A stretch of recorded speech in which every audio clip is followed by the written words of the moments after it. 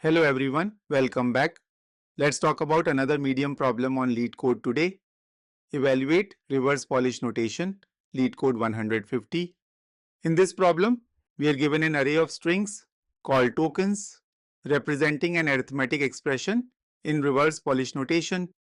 RPN might sound fancy, but it is just a notation where the operator follows its operands. You might already know it as postfix notation. The cool thing about RPN is that it completely eliminates the need for parentheses. The order of operations is unambiguous from the token sequence itself. Our task is to evaluate the expression and return the final integer result. A few constraints are worth knowing before we dive in.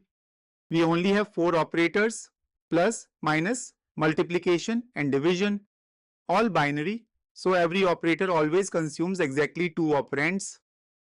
This line is just saying that the expression is an RPN string. One thing to watch out for is integer division. We need to truncate towards 0.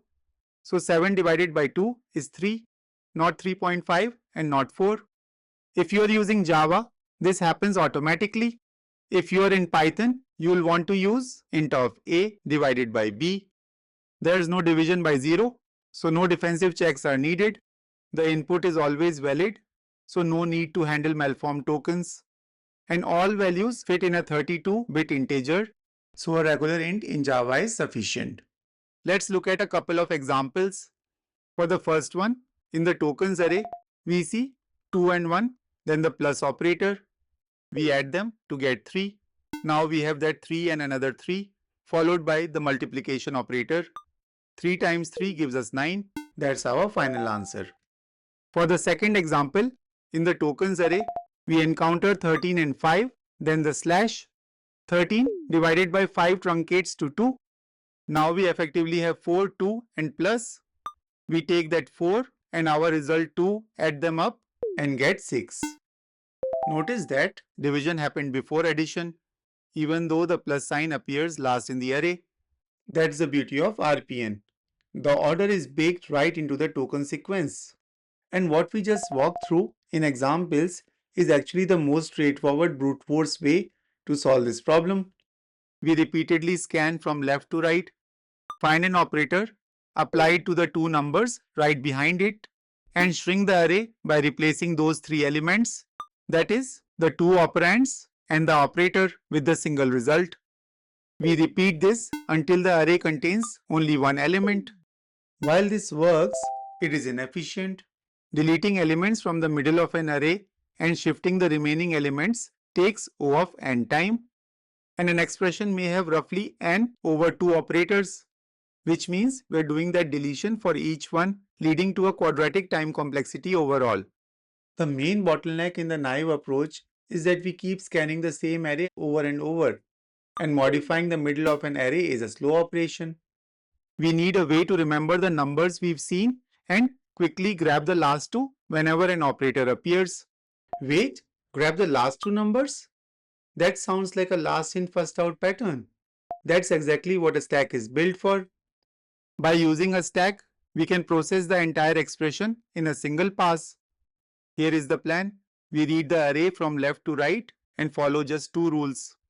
Rule 1, if the token is a number, push it onto the stack. Rule 2, if the token is an operator, pop the top 2 numbers, apply the operation and push the result back. We continue until all tokens are processed and exactly one number remains. That's our answer. Let's quickly see this in action. First token we see is 4. It's a number, so it gets pushed onto the stack. Next are 13 and 5. Both numbers, push them both. Next we see the slash operator. That means we need to pop 2 numbers. But there's a catch.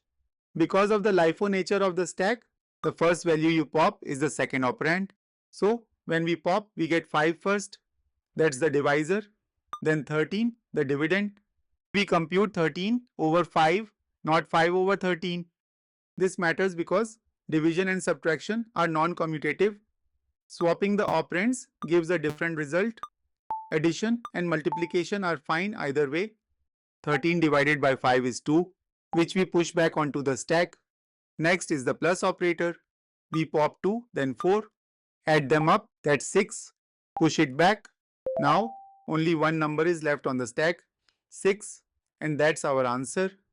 In terms of time complexity, we visit each token exactly once and stack operations are constant time. So it's O of n, where n is the number of tokens. For space, in the worst case, say all numbers come first, followed by all operators.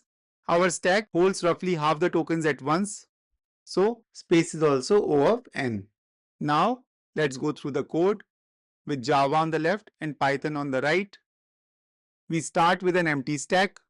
In Java, we use a deck backed by ArrayDeck as a stack. We then loop through every token. In Java, we use a switch expression with arrow cases. This is Java 14 syntax, cleaner than an if/else chain. Python uses the equivalent if/elif chain. Let's look at the cases. If the token is an operator, we pop twice. In the case of plus and multiplication operators, the order of pops doesn't matter as these operators are commutative. So we can do the calculation in one line. However, for subtraction and division, the order of pops does matter. The first pop is always the second operand, that's b. We must do a minus b and a divided by b respectively and not the reverse. Division brings up a language difference. In Java, a divided by b on integers already truncates towards 0. No extra work needed. But in Python, if you use the standard double slash operator, it does floor division and not truncation. For positive numbers, they give the same result, but for negatives, they diverge. To safely truncate towards 0 in Python, we explicitly wrap a divided by b in an int function. Finally, our default case. If the token wasn't one of those 4 operators, it has to be a number. We just parse the string into an integer and push it onto the stack. After the loop, exactly one element remains. We just pop it and return it as our answer. So that's all for this video. I hope this video was useful to you. If it was, please give it a thumbs up and share it with others who might benefit from it. If you haven't subscribed the channel yet, make sure to hit the subscribe button and turn on the notification bell so that you never miss an update. Your support helps me create more content like this. If you have any questions or suggestions, feel free to leave them in the comments below. Thanks for watching and see you in the next one.